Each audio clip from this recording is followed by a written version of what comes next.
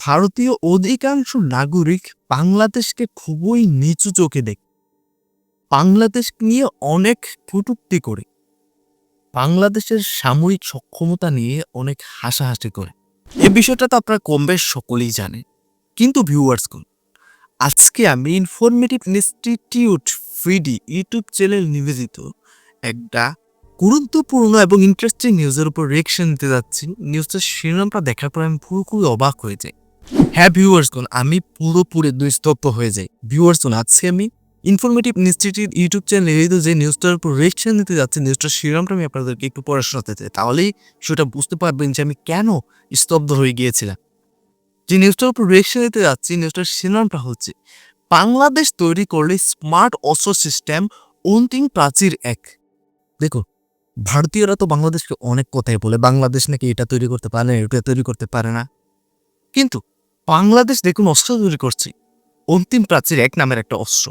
এখন কথা হচ্ছে সেই অস্ত্রটা কেমন অস্ত্র, সেটার সক্ষমতা কতটুকু, আসলে সেটা দ্বারা বাংলাদেশ কি কি করতে পারবে এবং এর দ্বারা ভারতের কোনো ভয়ের কারণ আছে কিনা। হ্যাঁ ভিউয়ার্স, ইন ডিটেলস সেটাই জানবো। ভিউয়ার্সগুলো, আমি রুবায়েত আছি আপনাদের সঙ্গে। Welcome to my YouTube channel show with Rubayet. তাহলে চলুন আপনাদের সঙ্গে একসঙ্গে মিলে সম্পূর্ণ নিউজটাকে দেখে আসি এবং বিস্তারিত বিষয়টাকে জেনে আসি। Let's get started. ভিডিওতে আমাদের military institute of science and technology MIST এর একদল তরুণের প্রচেষ্টার ফসল অ্যাডভান্স সেন্ট্রি সিস্টেম, যার নাম দেওয়া হয়েছে অন্তিম প্রাচীর 1। অতি শীঘ্রই এটার টেস্ট ফায়ারিং সম্পন্ন করা হবে। এছাড়া ইউএভি গবেষণায় দিন দিন MIST উন্নতি করেই যাচ্ছে। এই অ্যাডভান্স সেন্ট্রি সিস্টেম ভবিষ্যতে আপগ্রেশনের মাধ্যমে আমাদের সামরিক বাহিনীতে ব্যবহারযোগ্য হবে। Remote control sentry weapon system হলো একটি আধুনিক প্রতিরক্ষা ব্যবস্থা, যেখানে একটি অস্ত্রকে সাধারণত মেশিন গান সরাসরি কোনো মানুষের উপস্থিতি ছাড়াই দূর থেকে নিয়ন্ত্রণ করা যায়। সহজ কথায়, এটি একটি রোবোটিক পাহারাদার বা গার্ড, যা বিপজ্জনক স্থানে বসানো থাকে এবং একজন অপারেটর নিরাপদ দূরত্বে বসে স্ক্রিন ও জয়স্টিক ব্যবহার করে এটি পরিচালনা করেন। এই সিস্টেমের 3টি অংশ থাকে। অস্ত্রের প্ল্যাটফর্ম, একটি মেশিন গান বা সেন্সর বসানো থাকে যা 360 ডিগ্রি পর্যন্ত ঘুরতে পারে। সেন্সর হিসাবে থাকে হাই ডেফিনেশন ক্যামেরা, ইনফ্রারেড এবং লেজার রেঞ্জ ফাইন্ডার যুক্ত করা যায়। তৃতীয়টি হচ্ছে রিমোট কন্ট্রোল স্টেশন। অপারেটর একটি মনিটরে ভিডিও ফিড দেখেন এবং রিমোটের মাধ্যমে লক্ষ্য স্থির করে গুলি ছোড়েন। এর প্রধান সুবিধাগুলো হলো অপারেটর বাংকারে বা কয়েক কিলোমিটার দূরে বসে যুদ্ধ পরিচালনা করতে পারেন, যার ফলে তার জীবনের ঝুঁকি কমে যায়। এতে থাকা কম্পিউটার সিস্টেম বাতাসের গতি বা দূরত্ব হিসাব করে লক্ষ্যভেদে সহায়তা করে, যা সাধারণ মানুষের চেয়ে বেশি নিখুঁত হতে পারে। মানুষ ক্লান্ত হলেও এই অ্যাডভান্স সেন্ট্রি সিস্টেম 24 ঘন্টা সীমান্তে বা গুরুত্বপূর্ণ স্থাপনা। ওয়েট ভিউয়ার্সগণ, ওয়েট। দেখুন, ভারতীয় যারা বলেন যে বাংলাদেশের মানুষেরা বোকা, এটা সেটা অনেক কথাই বলে, অনুন্নত বলে, দেখুন ওনারা কি তৈরি করছে দেখতেই তো পেলেন। এই অস্ত্রটা দ্বারা সম্পূর্ণ কাজ, মানে মানুষ যেটা করতে পারবে সেই কাজ তার থেকেও বেশি ভালোভাবে করা যাবে এবং মানুষের মৃত্যুর ঝুঁকিও এখানে থাকছে না। কাজও হচ্ছে, ঝুঁকিও থাকছে না, এবং কাজ হচ্ছে না শুধু, ভালোভাবে হচ্ছে কাজটা। সেটা বুঝতে পারছেন? সত্যি খুবই অবাক হলাম। এভাবে এগোতে থাকলে সত্যি বাংলাদেশ ভালো কিছু করবে ইন ফিউচারে, এবং বাংলাদেশের যে তরুণরা এই কাজগুলো করছে, সত্যি আমি মন থেকে তাদেরকে ভালোবাসা জানাচ্ছি। কারণ তরুণরাই কিন্তু পরবর্তী প্রজন্মকে ধরে রাখতে পারবে। ঠিক আছে, তরুণরাই নতুন নতুন উদ্যোগ নিবে এবং সরকার সেগুলোকে বাস্তবায়ন করবে, এটাই স্বাভাবিক। তো ভিউয়ার্স, চলুন বাকি অংশটা দেখে আসি।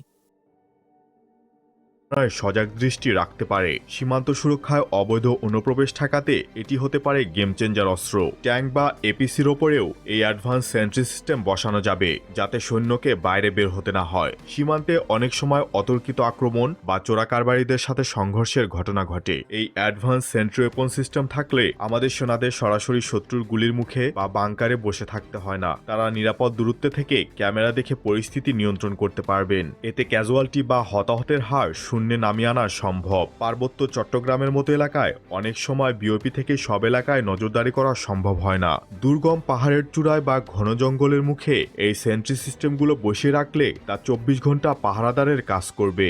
বর্ডার গার্ড বাংলাদেশ বিজিবি দেশের 4427 কিলোমিটারের দীর্ঘ সীমান্ত পাহারা দেয়, যার অনেক অংশই অত্যন্ত দুর্গম এবং ঝুঁকিপূর্ণ। এই প্রেক্ষাপটে অ্যাডভান্সড সেন্ট্রি সিস্টেম বিজিবির সক্ষমতা বহুগুণে বাড়িয়ে দিতে পারে। বাংলাদেশ ভারত এবং বাংলাদেশ মিয়ানমার সীমান্তের বর্তমান অস্থিতিশীল পরিস্থিতিতে বিজিবির আধুনিকায়নের জন্য এটি একটি অত্যন্ত গুরুত্বপূর্ণ অস্ত্র হয়ে উঠতে পারে। আপনার কি মনে হয় জানিয়ে দেবেন নিচের কমেন্ট বক্সে। বাংলাদেশের যেখানে ইউনিভার্সিটিগুলোকে আমরা ওয়ার্ল্ড র্যাঙ্কিং এ কোথাও খুঁজে পাই না, 100-র মধ্যে খুঁজে পাই না, ওই 1000-এর শেষের দিকে খুঁজে বের করতে হয়, সেখানে এমআইএসটি একটা ইউনিভার্সিটি না হয়েও একটা ইনস্টিটিউট হয়েও আমরা সকলের সামনে we are making statement, we are the best, and ইনশাআল্লাহ we will continue to do that. ভিউয়ার্সগণ, সম্পূর্ণ নিউজটা এবং সম্পূর্ণ ভিডিওটা তো আপনারা দেখতেই পেলেন, আমিও দেখতে পেলাম।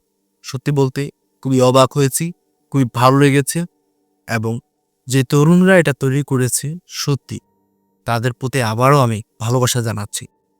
কারণ তরুণরা লেখাপড়া করবে, মানে আমরা তরুণরা যদি নতুন কিছু তৈরি করি, সরকার যদি সেগুলোকে গ্রাহ্য করে, ঠিক আছে, তাহলে অনেক কিছু হবে। তরুণরা নতুন কিছু আবিষ্কার করবে। তরুণদের পক্ষে তো সেরকম বাজেট নিয়ে একদম রিয়েল ভাবে সবকিছু তৈরি করা আসলে পসিবল না। ওনারা ডেমো তৈরি করবে, সরকার সহায়তা প্রদান করবে, সেগুলো বাস্তবায়িত হবে। একজনেরটা দেখে আরেকজন তরুণ সাহস পাবে যে সরকার আমাকে সাপোর্ট করছে, আমিও আমার মনের মধ্যে যেই পরিকল্পনাটা আছে সেটা একটা ডেমো তৈরি করব, সেটা সবার সামনে আমি উপস্থাপন করবো, সরকার সাপোর্ট করবে এবং দেশের সামরিক কাজে এটাকে ব্যবহার করা যাবে। শুধু সামরিক কাজে না, অন্যান্য আরও কাজে ব্যবহার করা যাবে। তাহলেই তো হচ্ছে, অন্য দেশ থেকে কিছু কিনতে হচ্ছে না, ঠিক আছে, নিজের দেশ থেকে উন্নত প্রোডাক্টগুলোকে চাইলে বিক্রিও করা যাবে।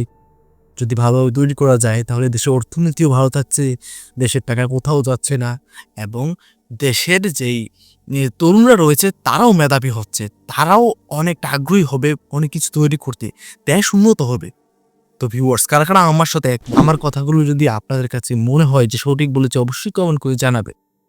তো ভিউয়ার্স কোন এই যে অস্ত্রটা, এই অস্ত্রটা দ্বারা বাংলাদেশের মধ্যে অনেক চোরাকারবারি আটকানো সম্ভব, বিশেষ করে বর্ডার এলাকায়, এবং যে জায়গাগুলোতে অনেক বেশি ভয় থাকে, সন্ত্রাসী বেশি থাকে, সেখানে সেনারা কিন্তু যায়, তাদের একটা ঝুঁকি থাকে, কিন্তু এই অস্ত্রটা দ্বারা সেই ঝুঁকিটা পুরোপুরি কমানো সম্ভব। ভিউয়ার্স কোন অন্তিম প্রাচীর 1, এই অস্ত্রটা আপনাদের কাছে যদি ভালো লেগে থাকে, যদি মনে হয়ে থাকে যে এটা ভালো অস্ত্র, অবশ্যই কমেন্ট করে জানাবেন আপনার মতামত।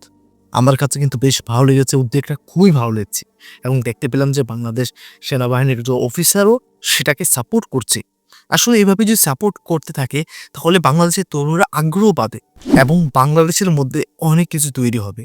এবং ভারতীয় উগ্র যে মানুষগুলো রয়েছে, ঠিক আছে, যারা শুধুমাত্র যুদ্ধ চায়, তারাও কিন্তু উচিত শিক্ষা পাবে, তারা কিন্তু চাইলে এটা সেটা বলতে পারবে না। হ্যাঁ ভিউয়ার্সগণ, তো ভিউয়ার্সগণ, আশা করি আজকে সম্পূর্ণ রিঅ্যাকশন ভিডিওটা আপনাদের কাছে ভালো লেগেছে। যদি ভালো লেগে থাকে আপনারা চাইলে কিন্তু আমার ইউটিউব চ্যানেলকে সাবস্ক্রাইব করতে পারেন, ভিডিওতে লাইক করতে পারেন, কমেন্ট করে আপনাদের মূল্যবান মতামত জানাতে পারেন। তাহলে বিদায় নিচ্ছি, এখানেই দেখা হবে পরবর্তী কোন একটা ভিডিওতে। ততক্ষণ পর্যন্ত সকলেই ভালো থাকবেন, সুস্থ থাকবেন, টাটা, বাই বাই, আল্লাহ হাফেজ।